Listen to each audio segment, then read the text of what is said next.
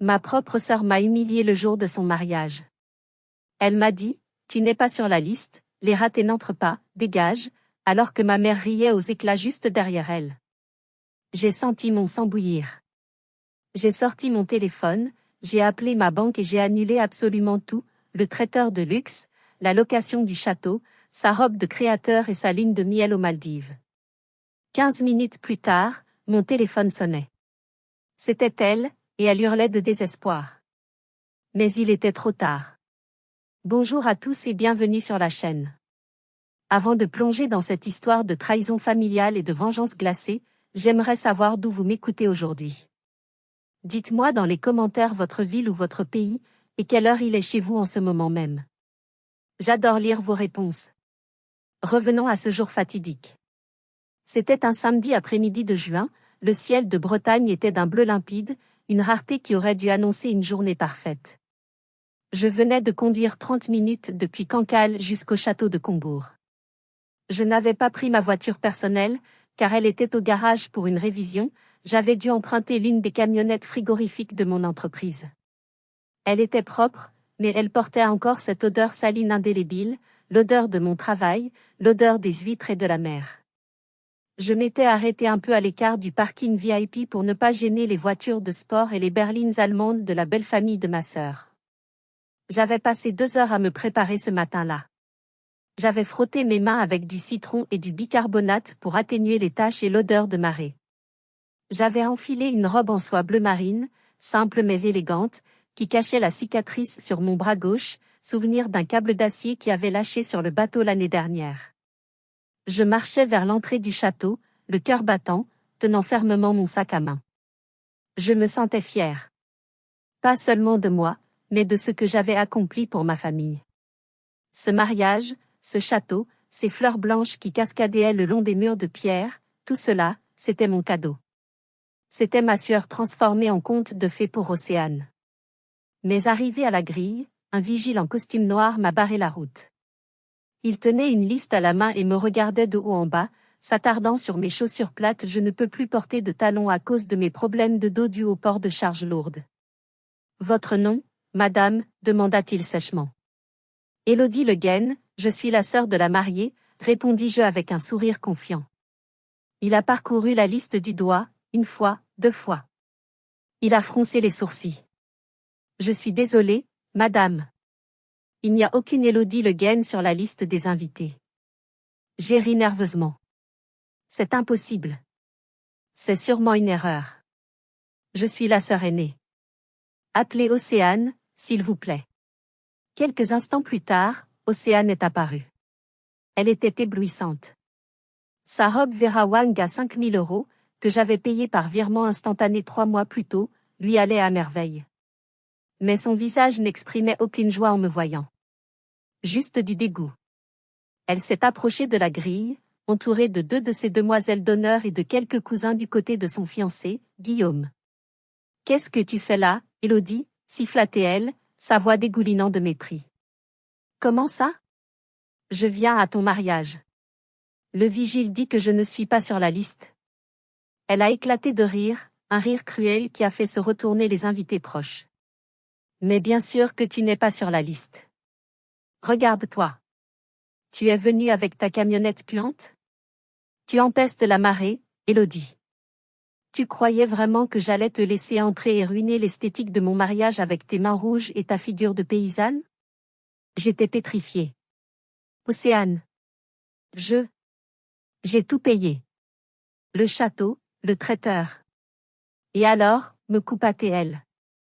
C'était le moins que tu pouvais faire. C'est ton devoir d'aider la famille. Mais ça ne t'achète pas un ticket d'entrée dans mon monde. Guillaume et sa famille sont des gens respectables, des architectes, des notaires. Ils ne savent pas que ma sœur est une poissonnière. Les ratés n'entrent pas ici. Dégage. C'est à ce moment-là que ma mère, Brigitte, est arrivée. J'ai cherché son regard, espérant du soutien. Maman, pour qui j'avais sacrifié ma jeunesse. Elle s'est approchée de la grille, a ouvert son petit sac de marque une contrefaçon et en a sorti un billet de 20 €. Elle me l'a tendu à travers les barreaux, comme on donne une pièce à un mendiant. Tiens, a-t-elle dit avec un sourire gêné mais complice. Va te payer un déjeuner dans une brasserie au village et rentre chez toi. Ne fais pas de scandale. On dira que tu étais malade. Ne nous fais pas honte devant les Legales. Je suis resté là, le billet de 20 € à la main, tandis qu'elle tournait les talons en riant. Le portail s'est refermé avec un bruit métallique lourd. J'étais dehors. Rejetée. Humiliée. Mais ce qu'elle ne savait pas, c'est qu'en fermant cette grille, elle venait d'ouvrir la porte de leur propre destruction. Je suis retournée à ma camionnette, les jambes tremblantes. Je ne suis pas partie tout de suite. Je me suis assise derrière le volant, les mains crispées sur le cuir usé, et j'ai regardé le château. La colère ne m'avait pas encore totalement envahie, pour l'instant, c'était une douleur sourde, ancienne, qui remontait du plus profond de mes entrailles. Ce n'était pas la première fois que je me sentais comme un citoyen de seconde zone dans ma propre famille. C'était l'histoire de toute ma vie. J'ai 8 ans de plus qu'Océane. Quand elle est née, j'avais déjà l'âge de comprendre que l'attention de mes parents, Pascal et Brigitte, était une ressource limitée. Et dès qu'Océane a poussé son premier cri, cette ressource lui a été entièrement allouée. J'étais une enfant calme, studieuse, qui ne demandait jamais rien. Océane était bruyante, exigeante, capricieuse. Et mes parents adoraient ça. Ils disaient qu'elle avait du caractère. Moi, j'étais juste l'aînée, celle qui devait comprendre, celle qui devait céder. Je me souviens d'un jour précis, le jour de l'épiphanie. J'avais 10 ans, Océane en avait 2. Maman avait acheté une belle galette des rois à la frangipane. J'adorais ça. J'espérais secrètement avoir la fève. J'avais vu maman faire une petite marque discrète au couteau sous une part spécifique avant de servir. Quand elle a distribué les assiettes, elle a donné la part marquée à Océane. Mais Océane, dans un geste de bébé capricieux, a repoussé son assiette et a pointé la mienne du doigt en pleurnichant. « Donne-lui ta part, Élodie », a dit mon père sans lever les yeux de son journal. « Mais papa, ne sois pas égoïste. C'est ta petite sœur, » a crié ma mère. J'ai échangé les assiettes. J'ai mangé la part qu'on m'avait forcé à prendre. Et j'ai senti quelque chose de dur sous ma dent. C'était la fève. Une petite figurine en porcelaine. Mon cœur a bondi de joie. J'allais être la reine. J'ai sorti la fève de ma bouche, les yeux brillants. Maman m'a regardé, le visage froid. Elle m'a arraché la fève des mains. Tu ne vas pas faire pleurer ta sœur, si? Elle est trop petite pour comprendre. Elle a nettoyé la fève avec sa serviette et l'a posée devant Océane. Bravo ma chérie. C'est toi la reine. Océane a ri en tapant des mains. Moi, j'ai baissé la tête pour cacher mes larmes. Ce jour-là, j'ai compris une leçon brutale. Peu importe ce que je gagnais, peu importe ce que je méritais, cela reviendrait toujours à Océane. Les années ont passé, et cette dynamique n'a fait que s'aggraver. À 16 ans, je rêvais de devenir vétérinaire. J'avais d'excellentes notes. Pour mon anniversaire, j'avais demandé une série de manuels de biologie coûteux pour préparer le concours. Mes parents m'ont dit, nous sommes un peu justes ce mois-ci, ma chérie. On verra l'année prochaine. J'ai reçu une écharpe tricotée par une tante. 2 semaines plus tard, pour les 8 ans d'Océane, ils lui ont offert un vélo tout-terrain flambant neuf, avec les équipements de sécurité complets. Elle en avait besoin pour s'intégrer avec ses copines du quartier, s'était justifié mon père quand il m'avait vu regarder le vélo avec envie. Et mes livres, avais-je osé demander. Oh, arrête avec tes livres. Tu es intelligente, tu te débrouilleras avec la bibliothèque de l'école. Ne sois pas jalouse, c'est très laid. C'était toujours ça. Je devais me débrouiller. Océane devait être servie. J'étais la plante sauvage qui poussait malgré le manque d'eau, elle était l'orchidée fragile qu'on arrosait d'engrais coûteux. J'ai grandi avec cette certitude ancrée en moi, je ne valais pas grand-chose à leurs yeux, si ce n'est pour servir de marchepied à leur princesse. Assise dans ma camionnette face au château, je réalisais que 30 ans plus tard, rien n'avait changé. J'étais toujours celle à qui on demandait de céder sa part de gâteau, sauf que cette fois, le gâteau coûtait 45 000 €. Quand j'ai eu 18 ans, le destin a frappé, ou plutôt, mes parents ont décidé qu'il avait frappé. Mon père, Pascal, qui travaillait à la poste, a pris une retraite anticipée pour des problèmes de dos soi-disant insupportables. Ma mère n'avait jamais travaillé. Les revenus de la famille ont chuté drastiquement. Élodie, ma grande, m'a dit ma mère un soir, la voix mielleuse. On a réfléchi. Les études de vétérinaire, c'est très long, très cher. Et nous avons besoin d'aide. Océane est encore petite, elle a besoin de cours de soutien, elle veut faire de la danse. Le verdict est tombé, je devais travailler. Tout de suite. J'ai rangé mes rêves de médecine dans un carton au fond de mon armoire et je suis allée sur le port de Cancale. J'ai commencé comme écaillère et ouvrière ostréicole. Savez-vous ce que c'est que d'ouvrir des huîtres et de trier des naissins 8 heures par jour en plein hiver? C'est l'enfer. L'eau de mer est glaciale, elle s'infiltre dans les gants, elle brûle les coupures microscopiques sur la peau. Le sel ronge tout. Mes mains, qui étaient fines et douces, sont devenues rouges, gonflées, couvertes de crevasses et de cicatrices. Je me levais à 3 heures du matin pour suivre les marées. Je revenais le soir, épuisé, le dos brisé, sentant le varech et la vase. Pendant ce temps, Océane grandissait dans le confort que je finançais. Grâce à mon salaire, elle a eu ses cours de danse, ses vêtements de marque, son appareil dentaire chez le meilleur orthodontiste de la région. Elle avait 14 ans quand j'en avais 22. Elle commençait à devenir une belle adolescente, obsédée par son image. Et elle commençait à avoir honte de moi. Un après-midi, je suis rentrée du travail plus tôt que prévu. Océane avait invité des amis du collège, des filles de familles aisées. J'ai laissé mes bottes en caoutchouc dans l'entrée, comme d'habitude. J'ai entendu Océane crier, « Oh non!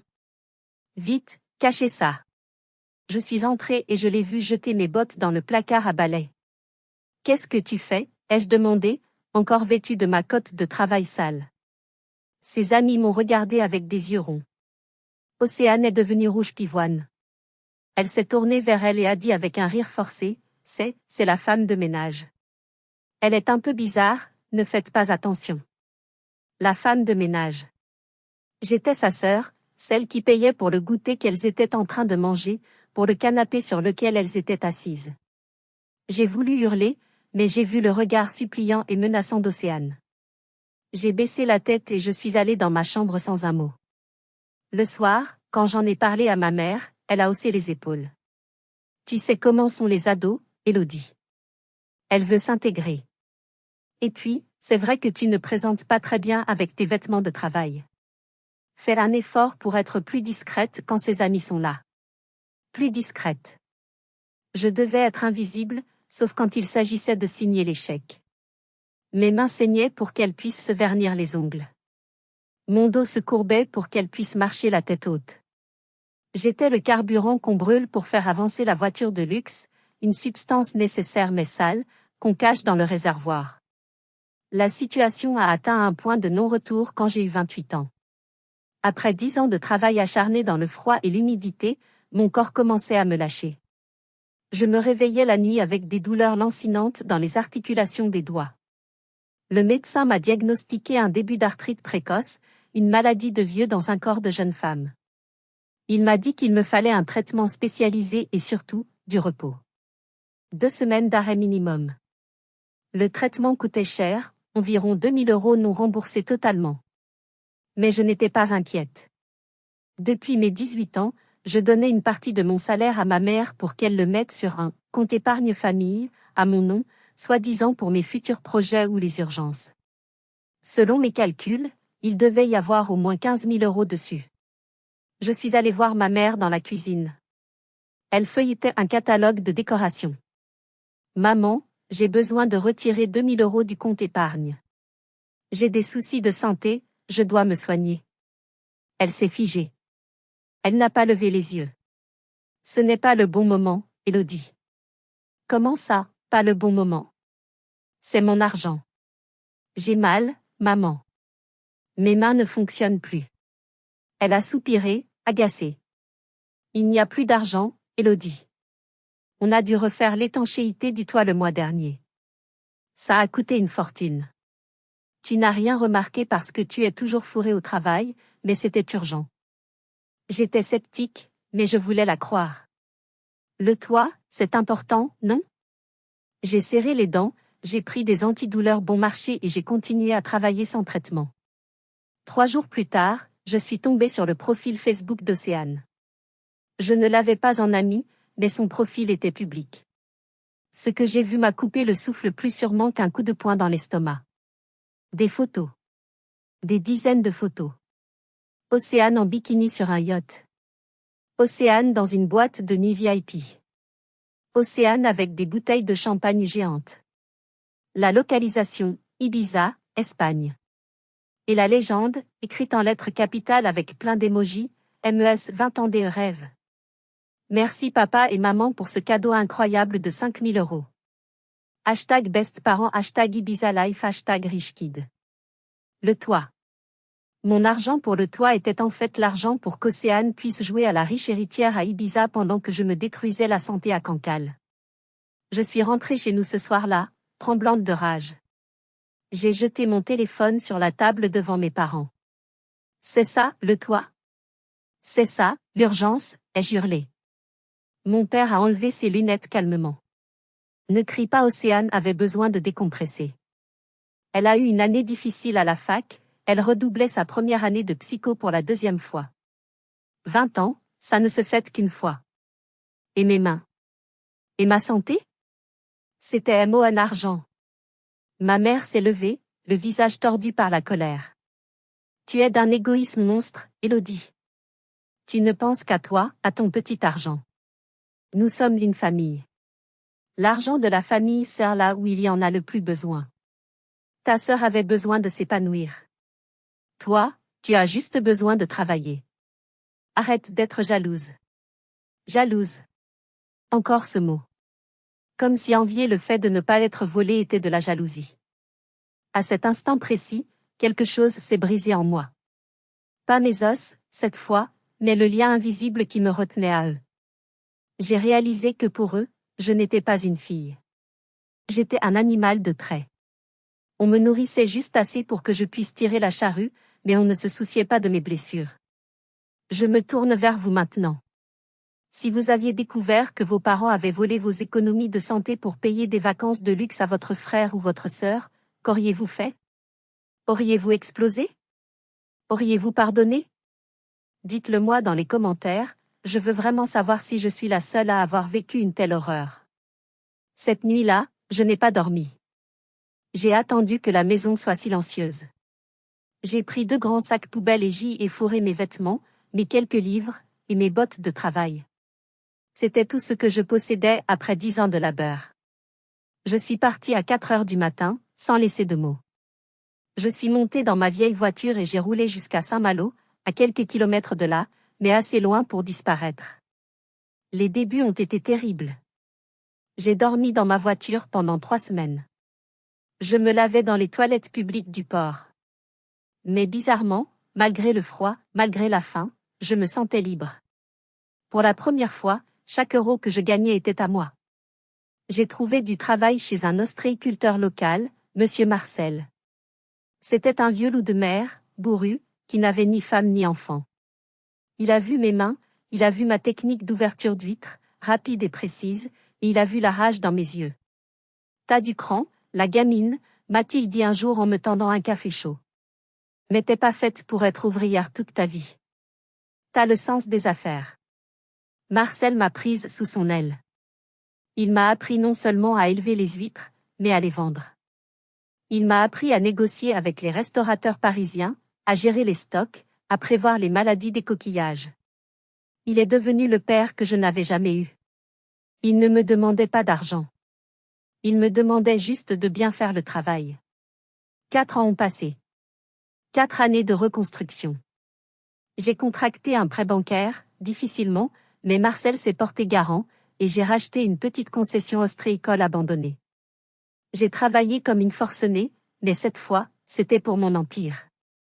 J'ai modernisé l'exploitation. J'ai créé une marque d'huîtres haut de gamme, la Perle de Cancale. J'ai démarché les grands chefs. Et ça a marché. Mes huîtres, charnues et au goût de noisette, sont devenues prisées. L'argent a commencé à rentrer. Pas l'argent de poche que mes parents me laissaient, mais du vrai argent. J'ai acheté un appartement avec vue sur la mer. J'ai acheté une voiture neuve. Mais je restais discrète. Je ne voulais pas attirer les vautours. Pendant ces 4 ans, silence radio du côté de ma famille biologique. J'avais bloqué leur numéro. Je savais par des connaissances communes qu'ils racontaient à tout le monde que j'étais une fille ingrate qui les avait abandonnés dans la misère. Océane avait fini par arrêter ses études de psycho pour se lancer dans une carrière d'influenceuse Instagram, vivant toujours au crochet de mes parents, dont la retraite fondait comme neige au soleil. J'étais heureuse. J'avais trouvé la paix. J'avais des amis sincères, des clients qui me respectaient. J'avais cicatrisé. Mais le passé est comme une marée montante. On pense qu'il est loin, mais il finit toujours par revenir lécher vos pieds, traîtres et glacés. Et le piège qu'ils allaient me tendre était bien plus cruel que le vol de mes économies. Ils allaient utiliser la seule chose qui me restait d'humain, mon besoin d'être aimé. C'était il y a 6 mois. J'étais dans mon bureau, en train de vérifier les commandes pour Noël, quand mon téléphone professionnel a sonné. C'était un numéro masqué. J'ai décroché, pensant à un client. Allô? Élodie, ma fille? C'était la voix de mon père. Mais elle était faible, tremblotante, cassée. Une voix de vieillard à l'agonie. Mon cœur a raté un battement malgré moi. Papa? Comment tu as eu ce numéro? Ce n'est pas important. Écoute. Je n'ai pas beaucoup de temps. Les médecins disent que c'est la fin. Le cancer, Élodie. Partout. Le monde s'est arrêté. Toute ma colère, toute ma rancune, tout s'est évaporé face au mot « cancer ». Je suis restée silencieuse. Je ne veux rien de toi, a-t-il continué, ponctué de tout sèche. Juste te voir. Une dernière fois. Que la famille soit réunie avant que je parte. S'il te plaît. Pour l'amour de Dieu. J'ai pleuré. Comme une idiote, j'ai pleuré. Je suis montée dans ma voiture et j'ai foncé vers la maison de mon enfance. Quand je suis arrivée, la scène était parfaitement mise en place. Mon père était allongé dans le canapé, pâle, j'ai su plus tard que c'était du maquillage et un jeûne de 2 jours, couvert d'une couverture. Ma mère était assise à côté de lui, les yeux rouges. Océane était là, plus sobrement habillée que d'habitude. Dès que je suis entrée, Océane s'est jetée dans mes bras. Élodie. Tu es revenue. Pardonne-moi, j'étais jeune et bête, je ne savais pas. Papa va mourir, Élodie. Elle pleurait sur mon épaule. Ma mère m'a serré fort. Ma grande fille. Tu nous as tellement manqué. On a été dur avec toi, on le sait. On était stressés par l'argent. Pardonne-nous. J'ai baissé ma garde. J'avais tellement soif de ces mots. J'avais 33 ans, j'étais une femme d'affaires redoutable, mais devant eux, je redevenais la petite fille qui voulait juste la fève dans la galette. J'ai cru à leur repentir. J'ai cru à la maladie. J'ai cru que la mort imminente les avait changés. Pendant les semaines qui ont suivi, je suis revenue souvent. J'ai recommencé à aider financièrement, pour les médicaments non remboursés, pour le confort de papa. Il prenait l'argent avec une humilité nouvelle. Puis, Océane m'a annoncé qu'elle allait se marier. Avec Guillaume, un homme bien, issu d'une excellente famille. Je veux que papa me voie mariée avant de partir, a-t-elle dit, les larmes aux yeux. C'est son dernier souhait. Il veut me conduire à l'hôtel. Mon père a pris ma main dans ses mains froides. Élodie. Je partirais en paix si je savais ma petite Océane établie. Mais nous n'avons rien. Ce mariage, on ne peut pas le payer. On va devoir l'annuler ou faire un truc minable à la mairie. J'ai tellement honte. C'est là que le piège s'est refermé. J'ai regardé mon père mourant, ma mère éplorée, ma sœur repentie. Et j'ai prononcé les mots qui allaient signer mon arrêt de mort financière ou du moins, c'est ce qu'ils croyaient. Ne vous inquiétez pas, ai-je dit. Je m'en occupe. Je vais payer le mariage. Ce sera mon cadeau pour papa. Pour la famille. Ils ont pleuré de joie. Ils m'ont dit que j'étais un ange, le pilier de la maison. Pour la première fois de ma vie, j'étais l'héroïne. Je me sentais aimée. Quel imbécile j'étais. Une fois mon accord donné, la machine s'est emballée. Je pensais financer un beau mariage, quelque chose de classe mais raisonnable, autour de 15 000 ou 20 000 euros. Mais Océane avait d'autres plans. Elle est arrivée chez moi avec un classeur énorme intitulé « Mariage de rêve ». Puisque c'est pour les yeux de papa, il faut que ce soit magique, n'est-ce pas Élodie, disait-elle avec ses yeux de biche. Elle voulait le château de Combourg. Pas la salle des fêtes, non, le château historique entier. Elle voulait un traiteur étoilé, avec un menu terre et mer, composé exclusivement de homards bleus, de foie gras et de mes propres huîtres, perles de Cancale, qu'elle exigeait gratuitement en plus du reste, bien sûr. Elle voulait une robe de créateur importée d'Italie. Et pour finir, une lune de miel de 2 semaines aux Maldives, pour se remettre de l'émotion du décès à venir de papa, disait-elle sans vergogne. J'ai tiqué sur le montant. Le total s'élevait à 45 000 euros. C'était une somme colossale. C'était l'équivalent d'1 an de bénéfices nets de mon entreprise. C'est beaucoup, Océane? Ai-je tenté? Maman est intervenue immédiatement. Tu vas refuser ça à ton père? Il crache du sang tous les matins, Élodie. C'était faux, je ne l'avais jamais vu cracher de sang. Tu as vu ta belle voiture, ton appartement? Tu es riche maintenant. Tu vas laisser ta sœur se marier comme une pauvresse alors que tu dors sur un matelas de billets? La culpabilité. Leur arme favorite. J'ai cédé. J'ai signé les devis. J'ai fait les virements. J'ai tout mis à mon nom, heureusement, pour récupérer la TVA sur ce que je pouvais passer en frais d'entreprise, le traiteur notamment. Océane était aux anges. Elle m'a promis, tu seras ma témoin d'honneur. Tu seras assise à la table d'honneur, juste à côté de Guillaume et moi. Je vais faire un discours pour dire à tout le monde à quel point tu es merveilleuse. J'y ai cru. J'ai cru que j'avais acheté ma place dans leur cœur. Mais il y a 3 jours, juste avant le mariage, je suis passée à l'improviste chez mes parents pour déposer les alliances que j'étais allée chercher chez le bijoutier, payées par moi aussi. La porte était entr'ouverte. J'ai entendu des rires. Des rires forts, clairs. La voix de mon père, qui ne tremblait plus du tout. Cette bécasse a tout gobé, disait mon père en riant. 45 000 balles.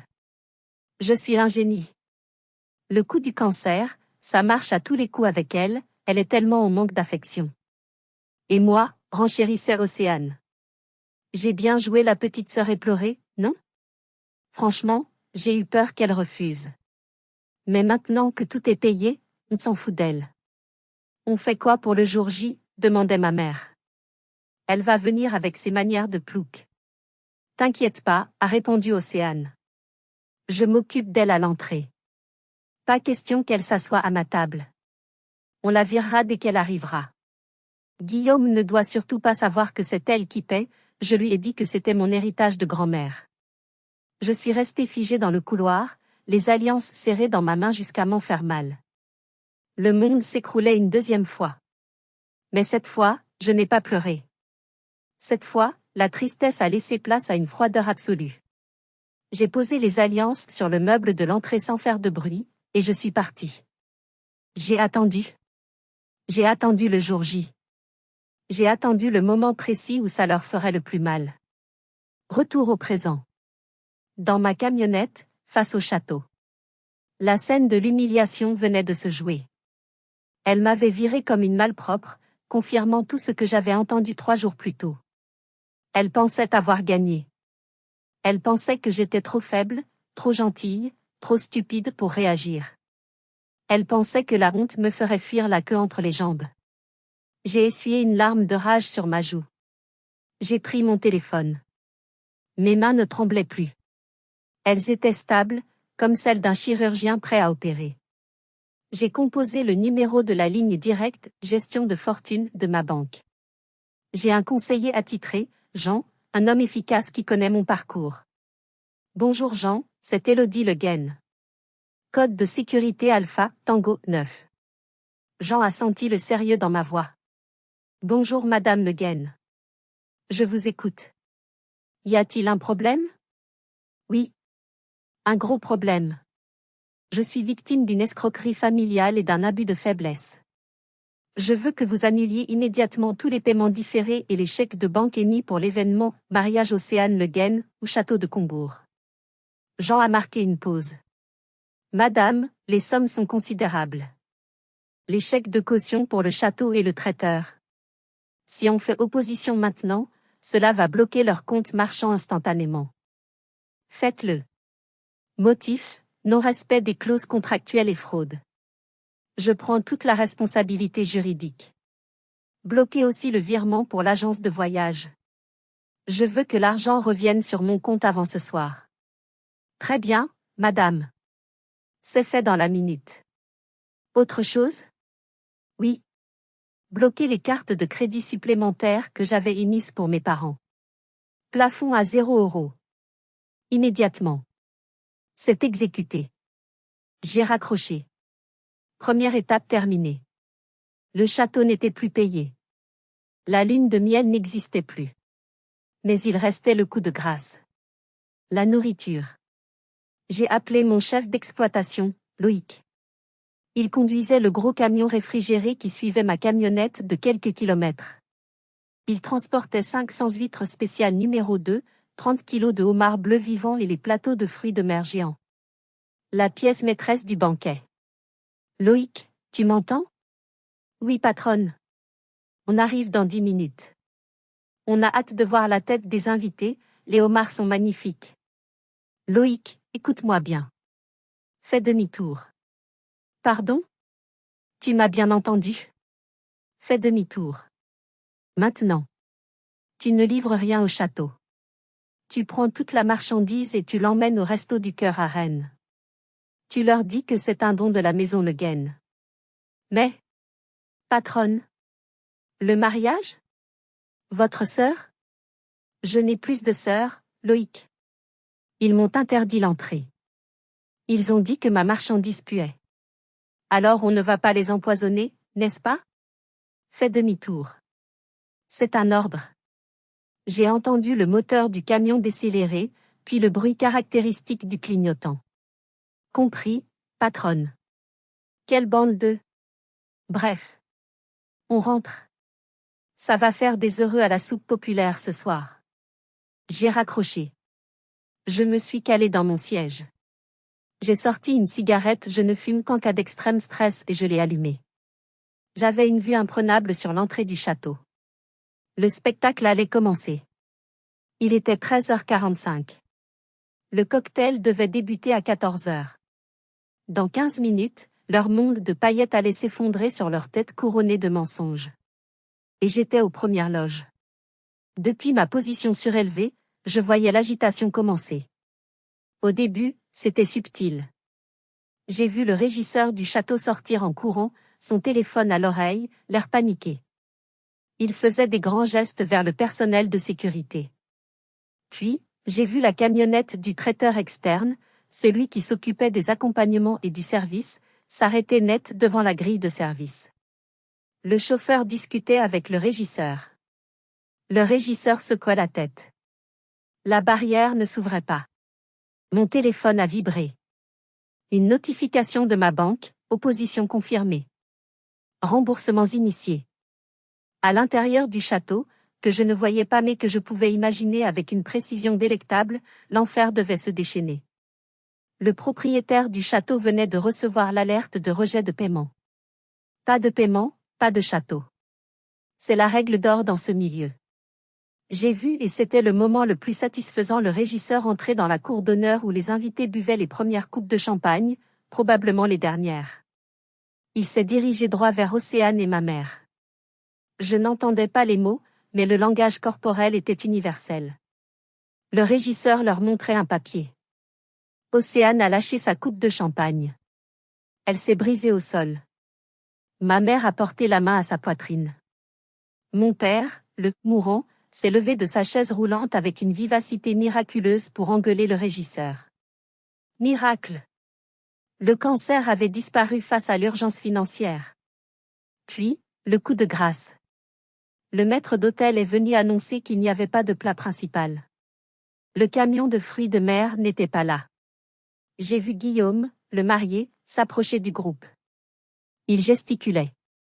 Il semblait demander des explications.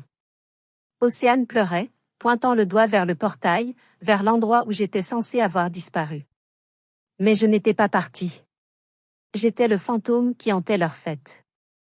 Soudain, les lumières extérieures du château se sont éteintes. Les fontaines se sont arrêtées. Le propriétaire ne plaisantait pas.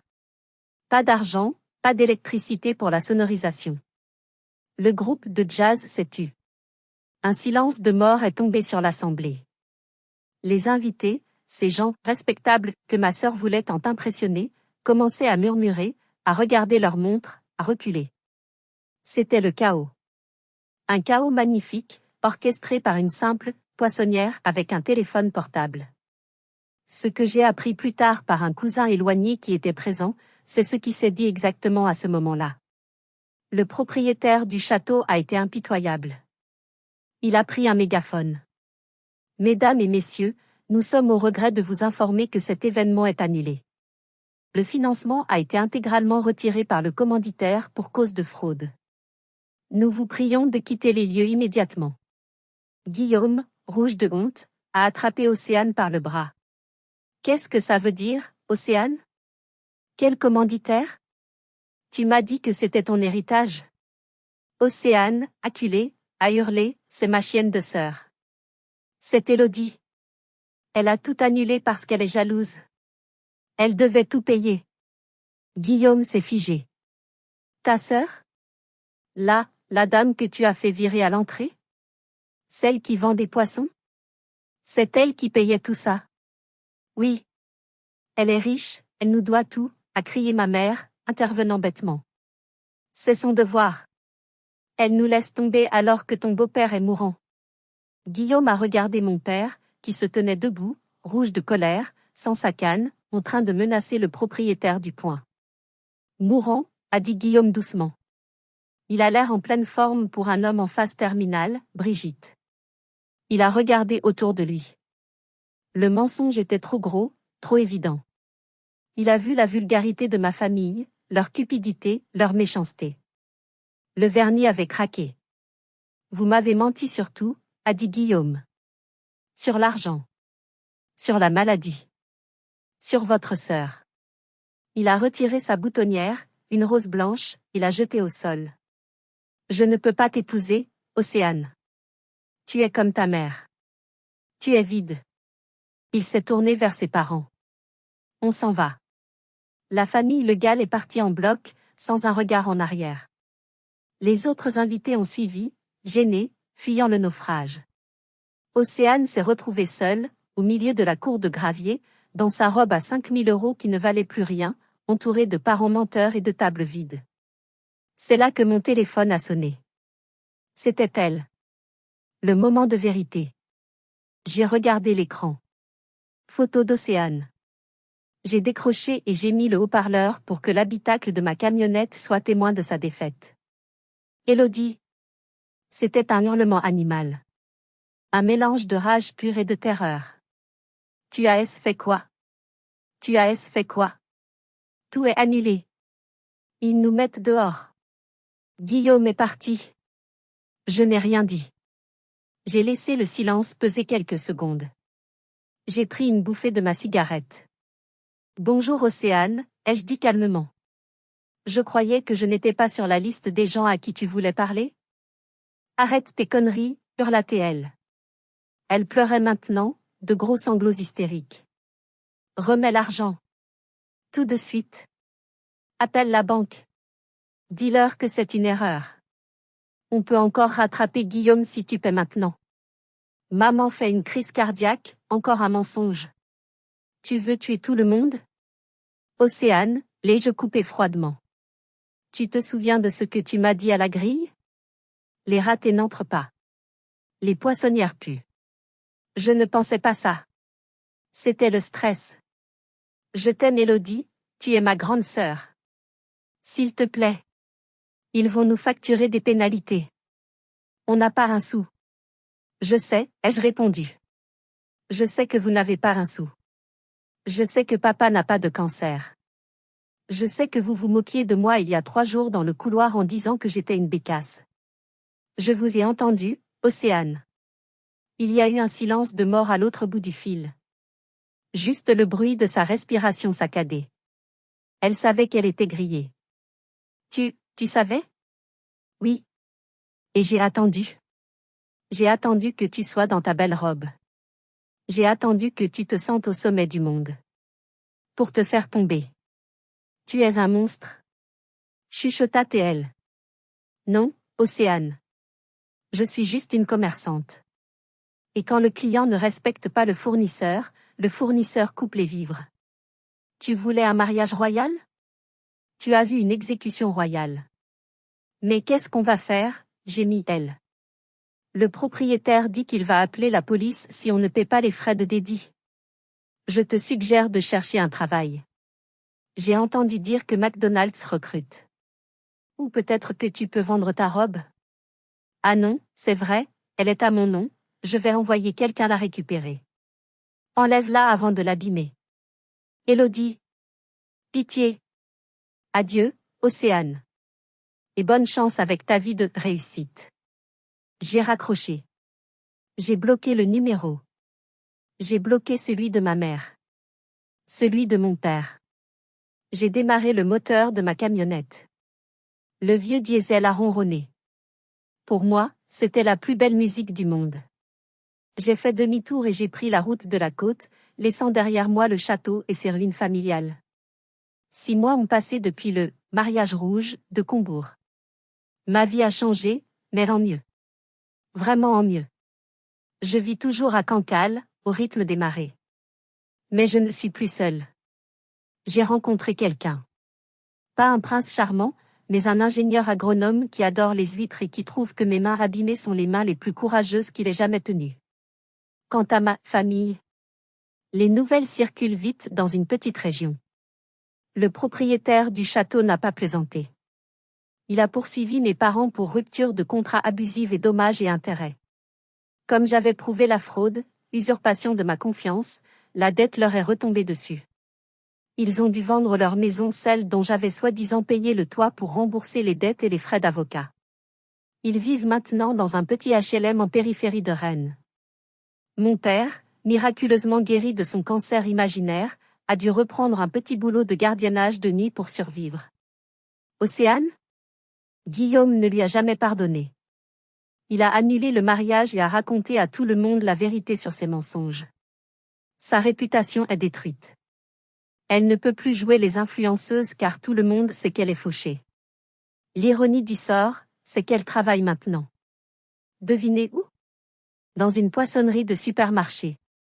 Elle porte des bottes en caoutchouc, elle a les mains rouges, et elle sent la marée. La vie a un sens de l'humour très particulier. Je suis passée la voir une fois, de loin. Je l'ai vue servir des clients la tête basse. Je n'ai ressenti ni joie, ni pitié.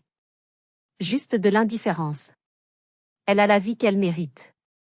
J'ai appris une leçon précieuse que je veux partager avec vous, le sang ne fait pas la famille. L'amour, le respect et la loyauté font la famille.